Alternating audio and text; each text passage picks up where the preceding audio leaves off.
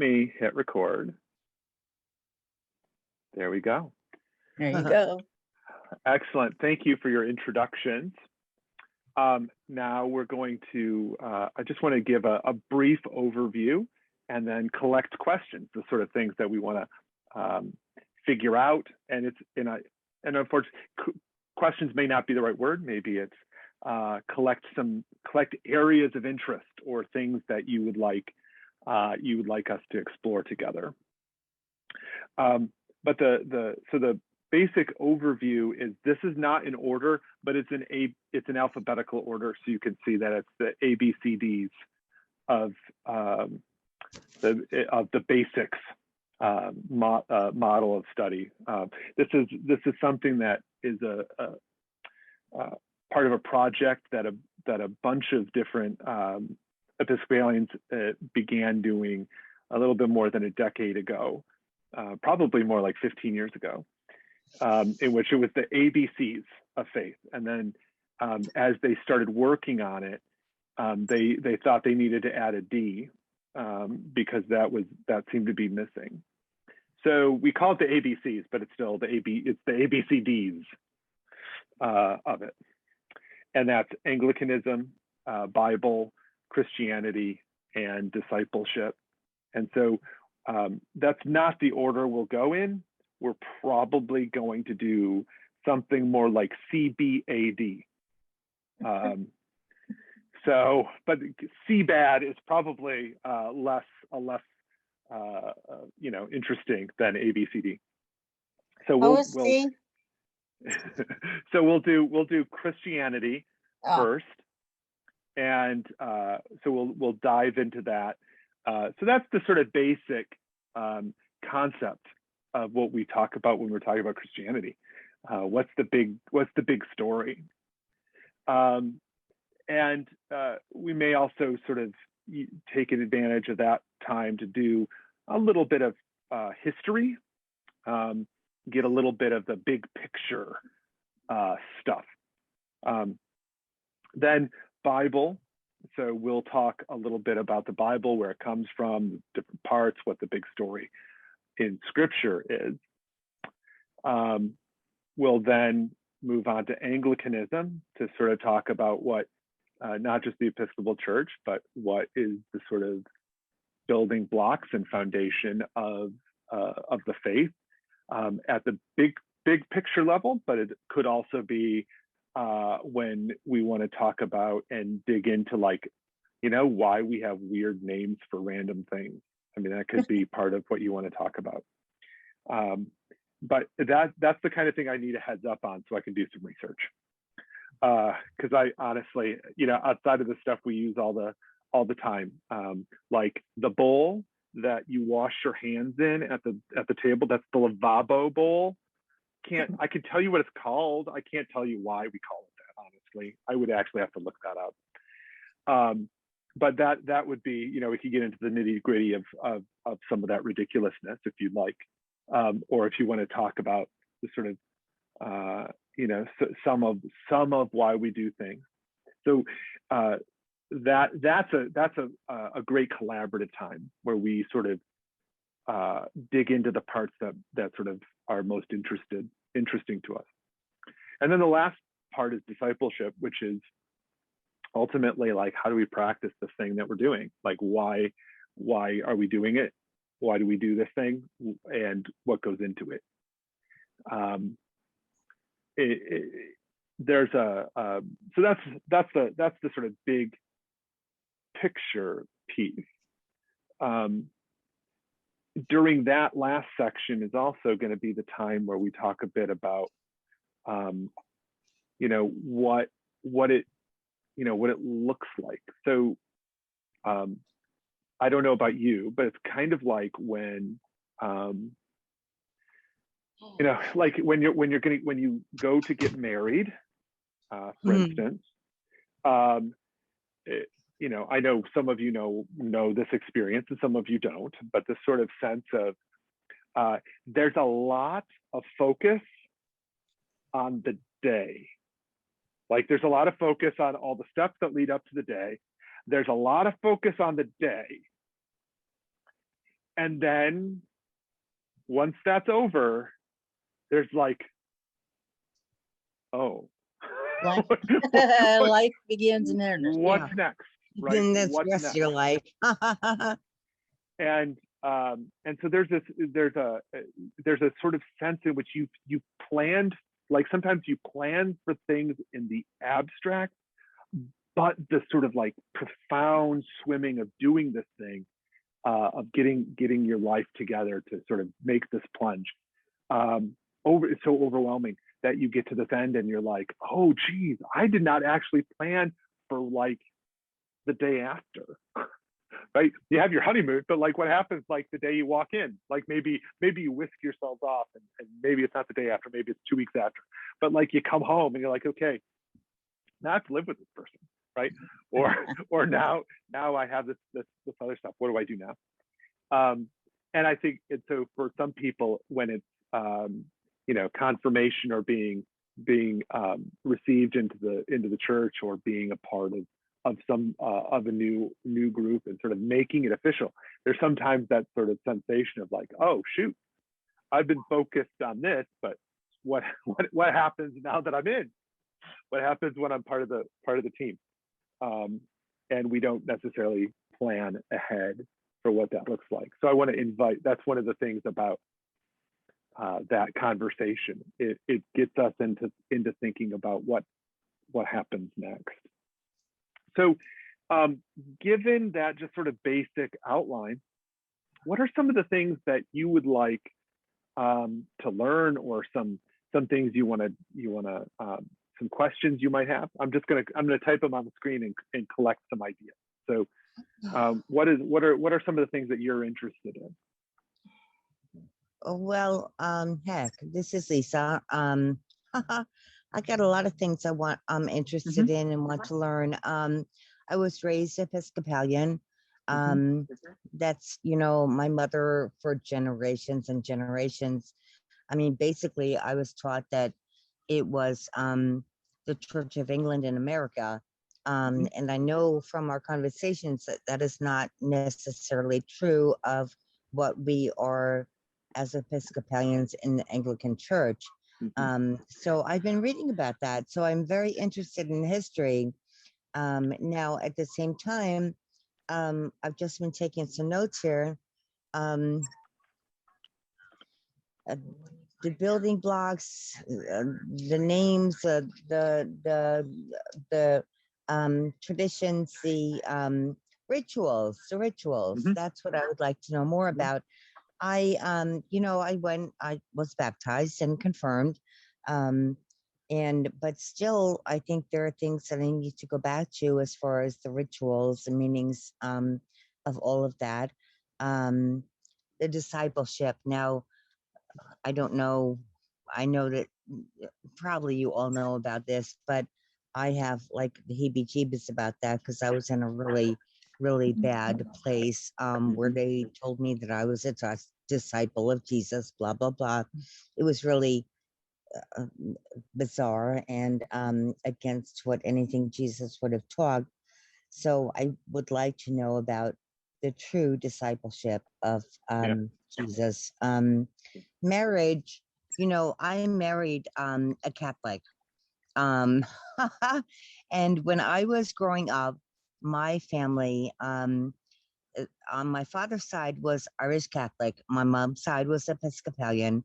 When we were growing up, my father's side, the Irish Catholic, they would stand outside of the church because we were Episcopalian and they didn't feel comfortable coming into our church. So they would absolutely separate themselves.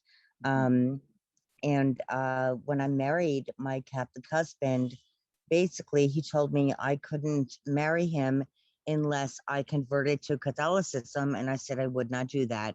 And we had to have a kind of a, not a civil ceremony, but a ceremony of, I guess it was some kind of Christianity, but like not non-denominational. But the Catholic Church would not accept me because I would not abide by all of their rules. So that that I wonder about to this day. And well, I've taken up enough of your time. What do you? No, What no. What does everyone else think about it? Oh, thank you, Lisa. Before they jump in, I know you can't see it, so I wanted to share just some of what I wrote down with church history and history of the Episcopal Church. Absolutely. Rituals. Yeah, And the ritual. I phrased it as, what does discipleship entail? And Yeah, then true discipleship, not yeah. yeah. I'll put true in there because that's the word you're using. And then denominational, theological / practical differences. So what is it? How some of the differences and nuance between churches. So why, for instance, is because you were describing a sort of a difference in terms of how the Catholic, whether or not the Catholic Church would accept you, the sort of the pieces that sort of the sort of how that works, why that works, right? Where it comes from that they are doing this, and and I have another we, right? question. So a little bit of that. Sure. I'm sorry, I have another question, and this is like present day. When I divorced my husband, he said that divorce would not be true unless it were what is the name in the Catholic Church? Annulled. Yeah, unless it were annulled for some reason, it would never be a true divorce. And I wonder about that too. Okay. All right. I'll make sure I'll put that in there too. Okay. I'm sorry for taking up so much of your time. No, this is good. Okay. Oh, I knew I wasn't spelling that right. Let me see. What is it? There it is. It starts with an A. Right. I think of it as annulment, but I guess it's annulment. That makes more sense. Thank you. All right. What other questions or things you'd like to learn about? In my background, it was always it was Bible based, but we believed what the pastor believed. And if you disagreed with the pastor, you either changed churches or you had to sit there and grumble like, oh, I don't agree with that. So I guess maybe that difference. And I know there's like differences in the Episcopal Church as well, as far as, you know, the type of worship or the rites or whatever. I feel like we're probably more high church than some congregations. Okay, I'm gonna. So I'm geez, I keep doing. So I the Bible based in the pastor. There's the word. Here's a big 25-cent word that we'll learn about, so you can impress your friends. Hermeneutic, and so this is hermeneutic is what it's called, and we'll talk about this a lot. That's something we'll definitely want to talk about, particularly when we get into Bible. But we might talk a little bit about its effect on church history too. But the word hermeneutic, the sort of basic idea around it is that we all have a worldview, right? We all have a way of seeing things. And the hermeneutic is your way of seeing things. It tends to be the basic framework. So, for instance, some denominational groups have a hermeneutic that sort of starts with, okay, we're going to believe X, Y, and Z, and so then you enter it already believing X, Y, and Z. So then you have to make it fit according to X, Y, those things. some walk into it with facing straight up, the only thing that matters is what Jesus told me. That's a hermeneutic too. Let's say the sort of focusing on tradition or what the canons of the church say. That's a hermeneutic.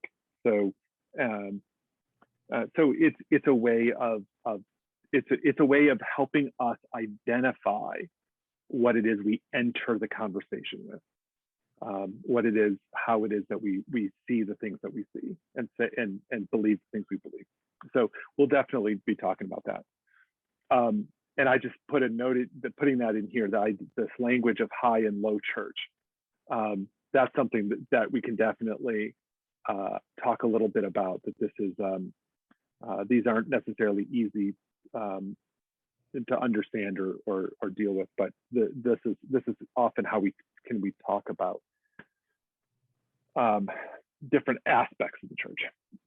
And I added here because I didn't mention it and I didn't describe it elsewhere, but we'll definitely want to talk about the sacraments. So we'll be talking about that in Anglicanism. Though we'll learn a little bit about that stuff in the others, in Christianity too, probably. Excellent. What else? I'd like to know, I'd like to know what church membership entails and what I would need to do to become a member of our church. Okay. Excellent. There's some good details. Different, good parts of this. Absolutely. It's funny. There's some of what we do is built around ancient practices.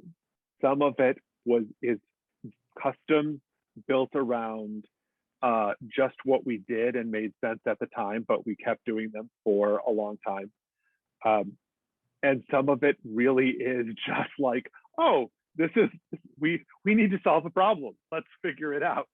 And so a lot of the stuff that includes like becoming a member of the church, some of it is sort of described for us in sort of canon. So there's canons come into play.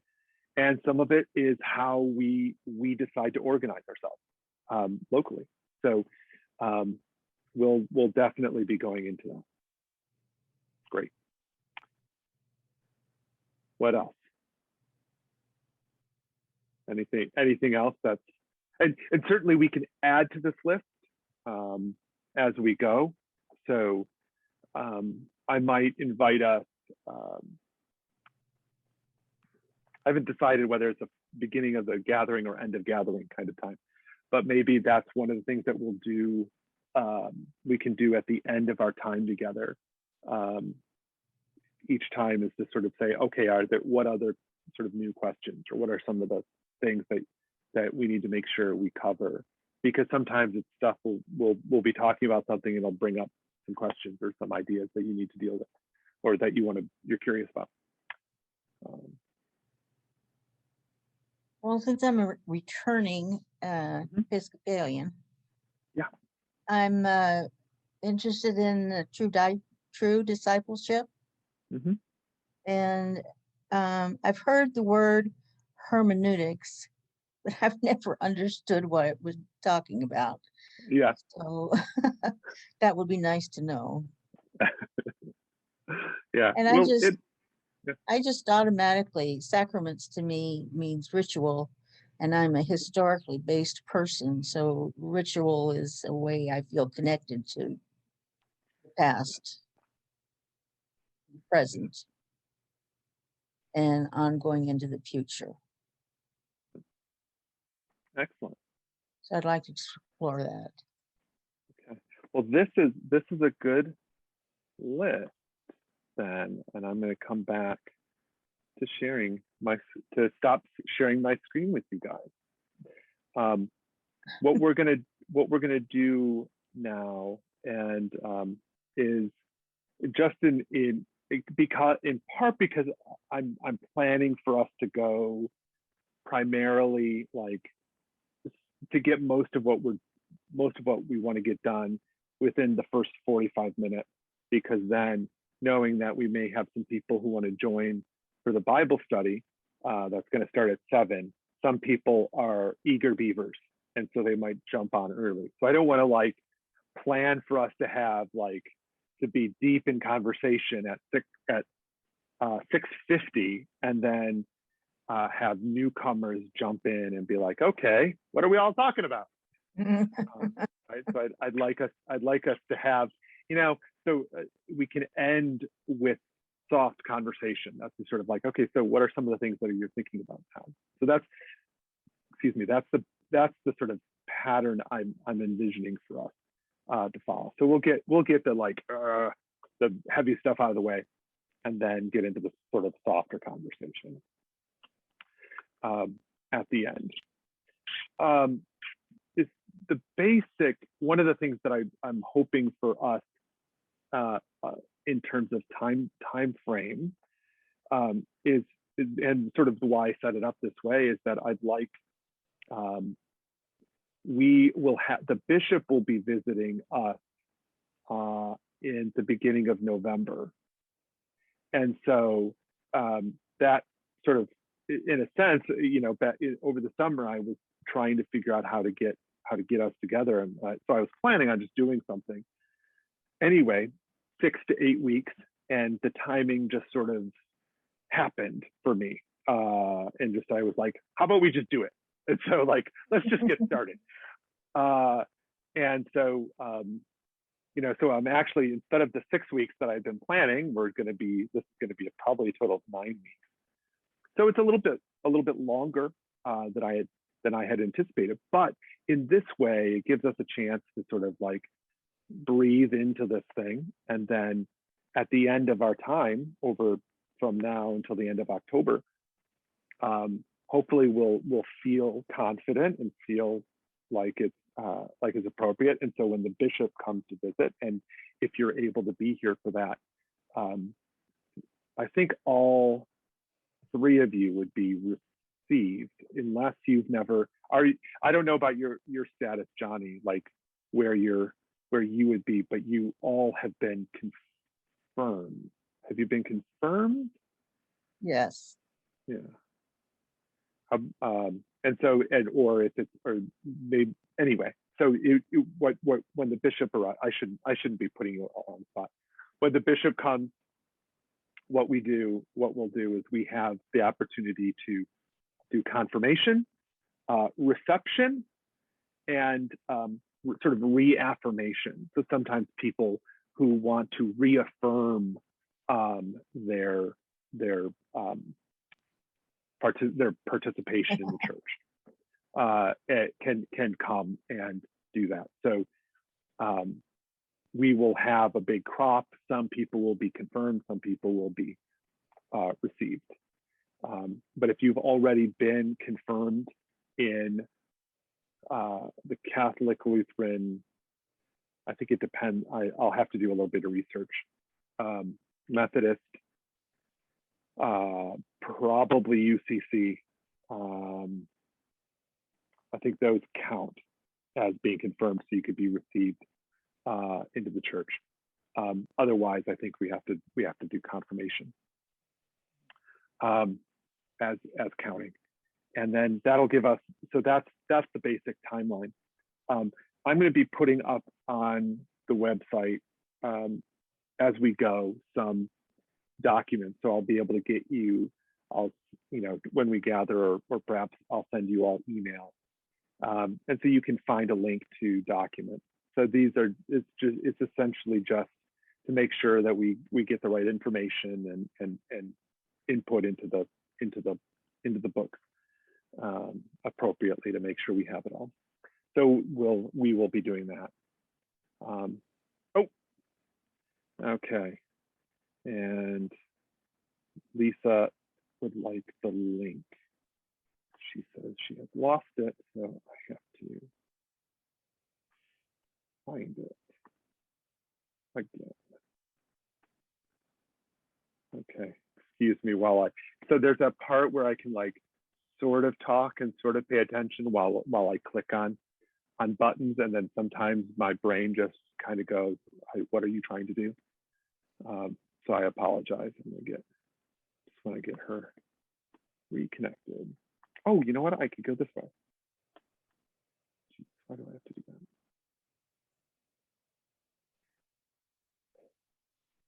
I apologize. Oops. Here we go. Copy. There. I apologize for that. So that's the gist of our timing. Yeah, maybe here while we're chatting, I can give us a little bit of so to your Megan, your question about what does it take, what will it entail?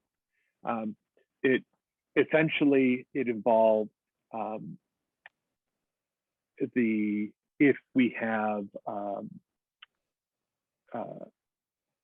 is the sort of the two pieces being we accept you, right? So sort of sometimes that involves whether it's the transfer of membership from another church into this one. And then the other part is being received by the bishop.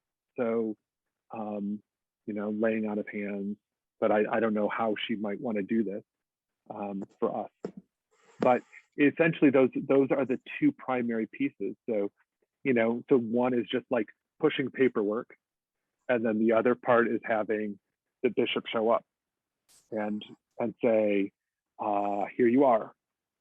The sort of one other piece of it is that bishops generally want to know that there's been some formation, and so this is what we end up having something like this. Welcome back, Lisa. I have this whole time trying to get you guys back. I'm sorry. It's all right. But one of the we have a little bit of formation, right, to sort of talk a little bit about what we need to do, and then so it's those pieces, those formations, pushing paperwork, and having the bishop show up, right? And that's the basic gist of it. You could probably guess I'm not a big taskmaster about this, and I'm not gonna like drive you to like make sure you get your homework in, or else it's not gonna count. This is more about, for me, this is more about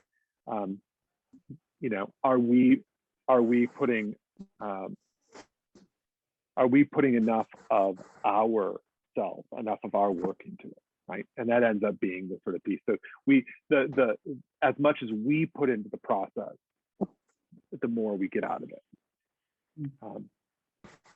So that's one thing. Let me see what else might be on that list that we can start having a conversation about. Yeah. Can I ask a question? Yeah, absolutely.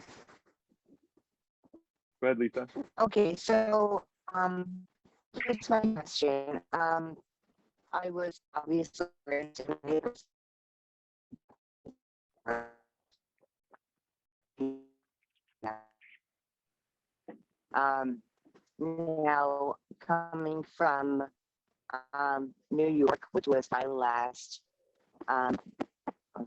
dedication, that's where I was baptized. That's where I was a member of the church. Coming here to Indiana, I've been reading about baptism and rededication and that kind of thing. So can you tell me more about that? Like, I want to join the church, congregation of St. Stephen's. I am an Episcopalian, so it's not like I'm coming from Baptist. And I think I talked to you about this once a little bit. I have my baptism and my confirmation, I would say. So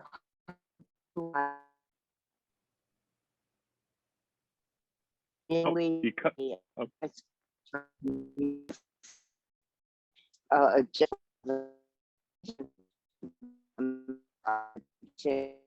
is ceremony, and if I do a more formal ceremony, who do I choose?